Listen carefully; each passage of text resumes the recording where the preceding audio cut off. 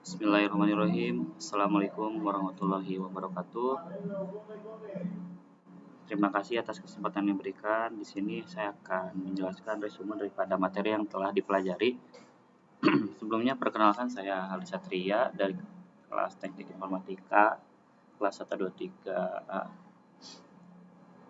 TI 123A dengan matkul IoT dengan dosen pengampu Bapak Asep.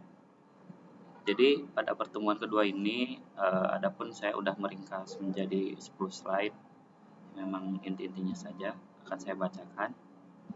Yaitu yang pertama, teknologi jaringan dalam IoT. Ringkasannya itu, infrastruktur jaringan yang kuat memberi 4 keuntungan utama untuk ekosistem IoT. Yang pertama ada koneksibilitas luas, efisiensi energi, skalabilitas, dan kinerja handal, serta mendorong inovasi masa depan.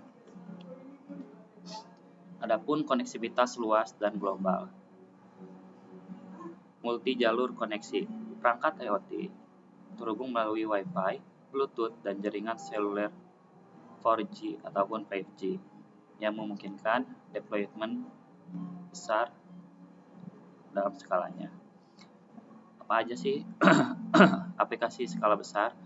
Yaitu biasanya digunakan di smart cities dan lokasi terpencil, mis pelacak satwa contohnya. Contoh nyata itu pelacakan kontainer di logistik menggunakan jaringan global seperti LoRa untuk efisiensi pengiriman. Jadi di truknya itu dipasangin pelacak gitu, untuk nanti ada yang terintegrasi ke sistem monitoring mungkin nanti secara IoT-nya. Gitu. Jadi studi kasus pelacakan kontrainernya implementasi jaringan global LoRa atau seluler memungkinkan pelacakan posisi kargo secara real time. Tujuannya untuk meningkatkan ketepatan waktu dan efisiensi operasi logistik. Efisiensi energi. Secara masalah energi, banyak kok sensor di lapangan bergantung pada baterai terbatas. Jadi optimasi jaringan itu penting untuk memperpanjang umur perangkat. Solusi jaringan itu dengan cara protokol dan mode transmisi hemat daya guna meminimalkan konsumsi baterai pada saat pengiriman data.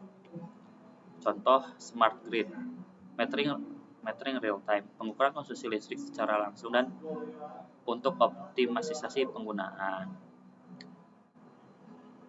Kedua ada sensor gerak, pencahayaan bekerja hanya bila ada orang atau menurunkan biaya operasional. Jadi khusus yang ini itu tuh kalau ada orang atau benda bergerak atau apa, benda kayak makhluk atau apa, secara otomatis sensornya itu nanti akan menghasilkan atau jadi saklar lampu. Jadi outputnya pengurangan biaya operasional lewat pengelolaan energi yang lebih efisien. Dalam skalabilitas jaringan, apa sih skalabilitas jaringan? Yaitu mampu mempertahankan stabilitas meskipun jumlah perangkat dan traffic meningkat drastis. Manfaat praktis, mengubah deployment smart home kecil menjadi smart city tanpa merusak sistem yang ada. Kinerja andal dan latensi rendah. Ada kecepatan komunikasi. Jadi data IoT itu harus dikirim dan diterima dengan latensi minimal untuk respon real time. Jadi biar ada gap delay ataupun nanti datanya nggak real time, ya harus cepat. Jadi contoh kritisnya itu mobil otonom membutuhkan respon instan untuk keselamatan. Sensor medis mengirim data vital pasien secara real time ke dokter. Inovasi dan tren masa depan, integrasi 5G, yaitu koneksivitas super cepat untuk transfer data besar, standar keamanan, pembaruan protokol untuk mengurangi risiko peretasan perangkat IoT. AI atau kita bisa kombinkan dengan IoT, yaitu AI mengelola lalu lintas jaringan kompleks secara otomatis.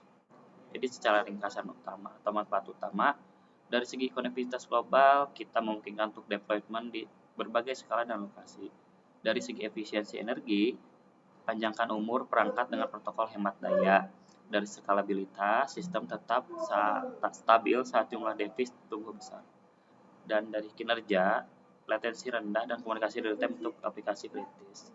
Selanjutnya, persiapan arsitektur yang mendukung 5G. protokol keamanan terbaru dan integrasi AI agar solusi IoT dapat disiapkan untuk skala besar, hemat energi, dan juga bisa diandalkan. Demikian presentasi saya untuk pertemuan atau resume pertemuan kedua. Akhir kata saya ucapkan terima kasih, mohon maaf atas kekurangannya. Wassalamualaikum warahmatullahi wabarakatuh.